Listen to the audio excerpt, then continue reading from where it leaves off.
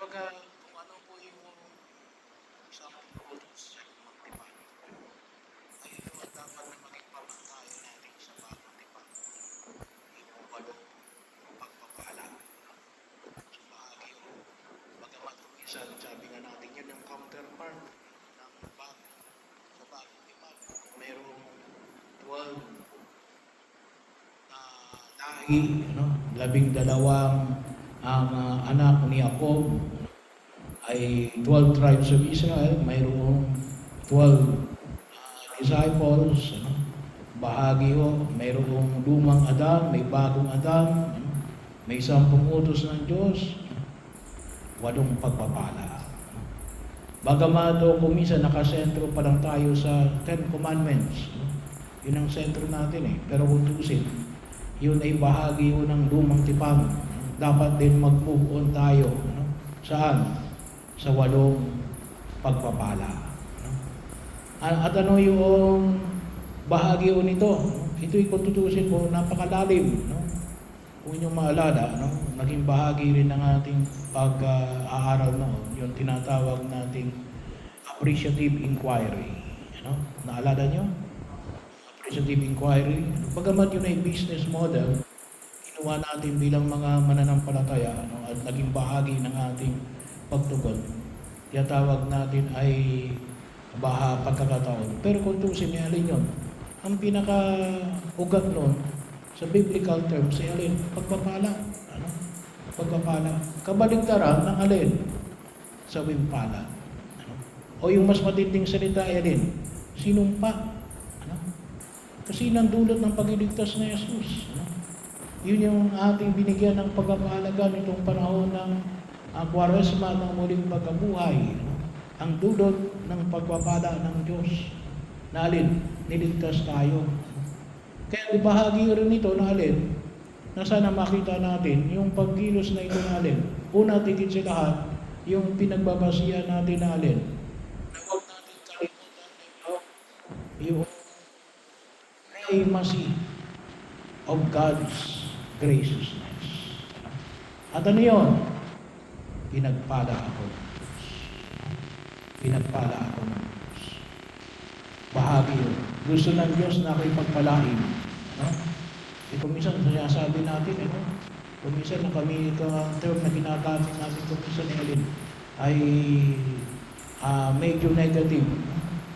Malas ako. Tusin, dapat, wala, hindi dapat sa atin yung salitang malas at saka swerte. No? Hindi atin yun. No?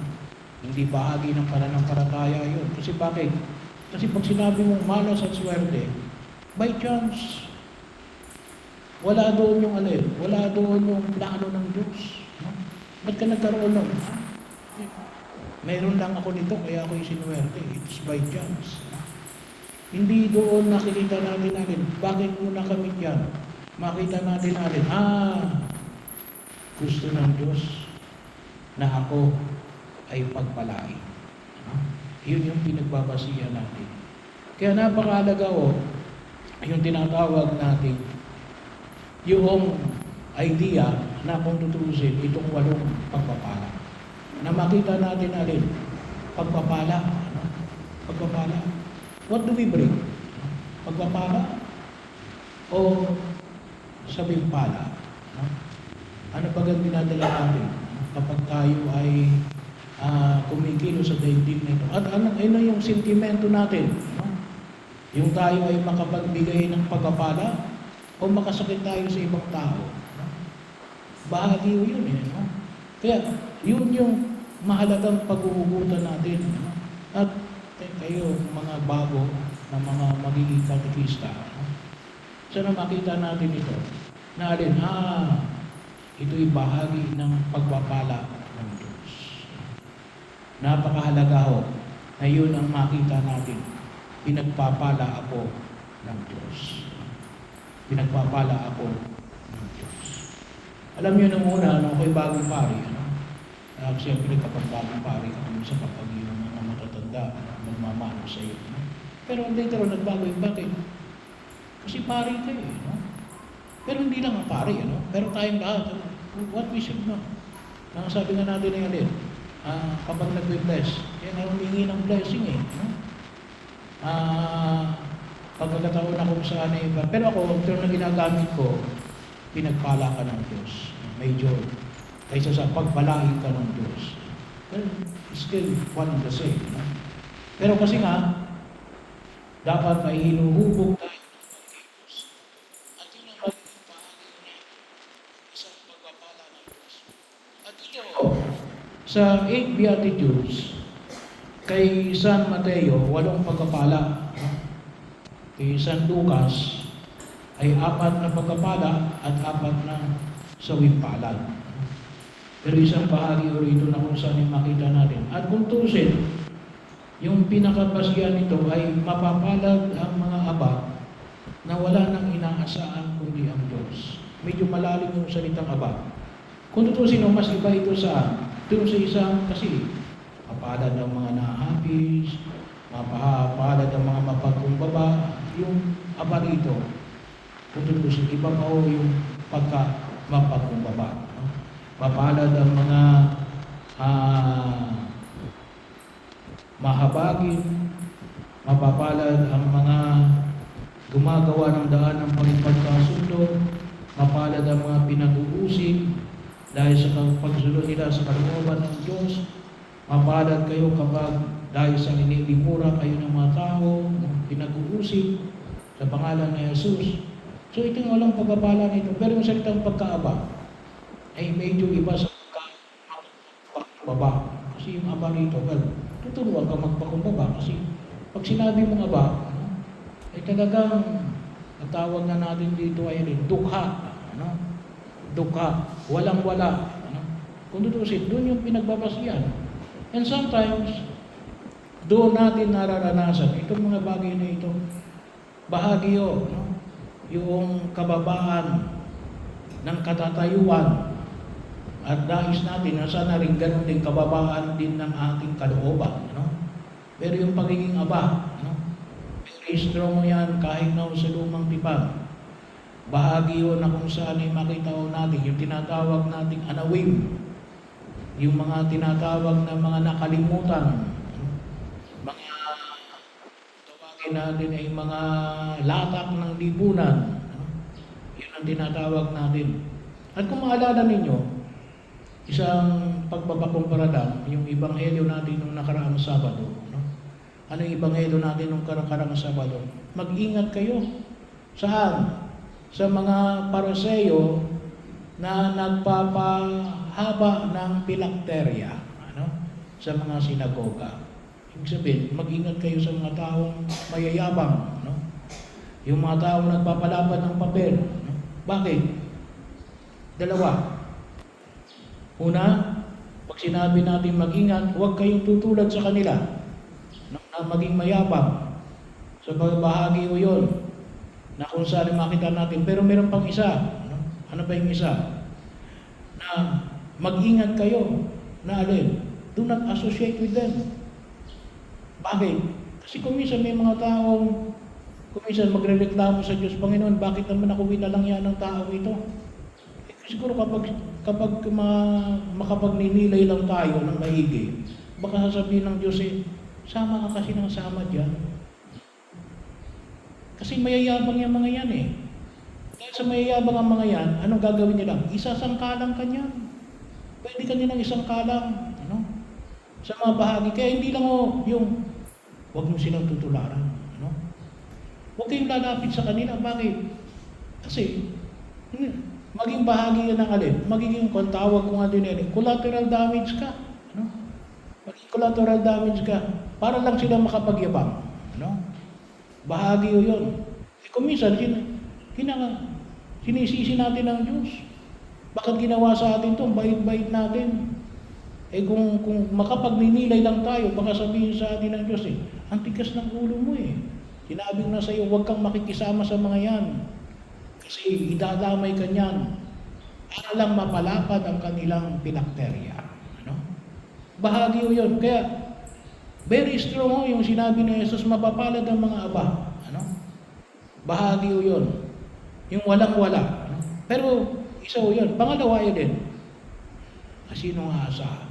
walang inaasahan kundi ang Diyos. Total trust in God.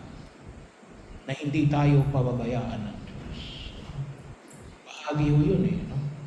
Pagkakataon na kung saan nawa po ay maramdaman natin. No? Kaya nga, saan natin na maramdaman yung tunay na pagpapahayag ng pagtitiwala natin sa Diyos. No? Na wala na tayong inaasahan kundi ang Diyos. No? Kaya nga kahapon, ipinagdiwang din natin ang Corpus Christi. No? Pero mo yun, sabi ko nga, only, we are the only faith. Tayo lamang ang tanging relihiyon na nagsasabing, narito ang Diyos, katawan at dugo. Yung iba, sasabihin nila, narito ang Diyos sa Espiritu. No? Siguro bahagi yun na kung saan ay makita natin. Maaring sa persona ng ibang taong kumikilos ng pagka-Diyos, pero never, no? In flesh. Tayo lamang ang nagsasabi. Ay, pero mo yun. Bahagi yun. No? Sabi nga kung tututusin, ano? Ang pagkakataon na kung saan natin, ito yung Diyos na hindi nagpapabaya. Ano? Gusto natin na maging lakas natin at pagkilos na sa mundong ginagalawan natin sa pamagitan lamang ng alin? Pagtanggap natin ng banal na komunyon. Ano? Pero yun ang huwag natin kalimutan. Ano? Magtiwala tayo sa Diyos. Na tanging yun ang ating aasahan. Ano? Kasi kuminsan kasi ay yung problem natin ngayon alin. Ang problema kasi kuminsan natin ay alin. Umaasa tayo. Umaasa tayo sa ibang tao. Umaasa tayo sa sarili nating lakas. Ano? Hindi natin nakikita. Ano? At isang maliwanag ko, ito bahagi rin ng aking pagninilay kahapon natin, na tayo umaasa sa Diyos, alin yun? Kapag walang hadlang, please receive the communion. Alam naman natin yung hadlang. No? Kasalanang malaki. Pag may kasalanang malaki, mangumpisan kayo. No? At saka yung 1 hour fasting. Pero pag wala, kapag may misa, magkomunyon kayo. No? Bahagi yun na kung saan ay makikita natin. Bakit? Yun ang bahagi yun na may bibigay natin, yun ang lakas natin. Sabi nga natin kung minsan sinasabi na, Father, gusto kong labanan ng korupsyon. Nagsisimba ka ba pag-araw ng linggo? Hindi. Paano mo malalabanan ng korupsyon? Kanino ka kukuha ng lakas? Sa kapwa mo politiko? Hindi ka makakuha ng lakas sa kapwa mo politiko pag nilalabanan mo ang korupsyon. Kaya Jesus lamang. Saan mo makukuha yung lakas na Jesus? Well, sa panalangin, pero lalong-lalo na sa paniniwala, which is the central part of our faith bilang mga Katolikong Kristiyano. Saan? Sa banal na pagdiriwang ng misa.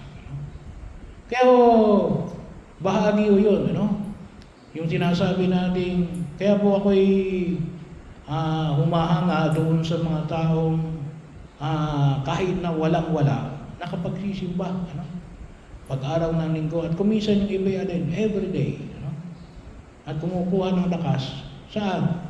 Sa banal na pagtitiwala natin. Ito lang yung asahan ko. Ang Diyos. Bahagi ho. Huwag tayong umasa sa iba na akala ng iba sagot kita. Huwag kayong maniwala doon. Wala akong ibang sasagot sa atin kundi ang Diyos. At yun ang magbibigay na lang. Kasi bakit? Yung ibang tao, sasagutin ka. Kapag alin, favorable sa kanila. Pero kapag hindi na favorable sa kanila, iingat ka sa ere. Bahagi yun. Pero sa Diyos, nasabi ko sa inyo, ay bahagi yun. At yung Diyos na ating pinaniwalaan ay siya mismo magbibigay sa atin ng lakas upang higit nating pakinabangan ang biyaya ng poong may kapal. At ito yung maging lakas natin, kung tuusin, para matugunan natin yung mga hamon na ipinamanik ko sa atin sa itong 8 pagpapala at sa ating trabaho bilang mga katekista, bahagi yun na kung saan ay makita ko natin, sana tayong lahat ay maging buhay na tanda ng pagpapala ng Diyos. At yun ay hindi ko sinabi. Sinabi yun ni Jesus.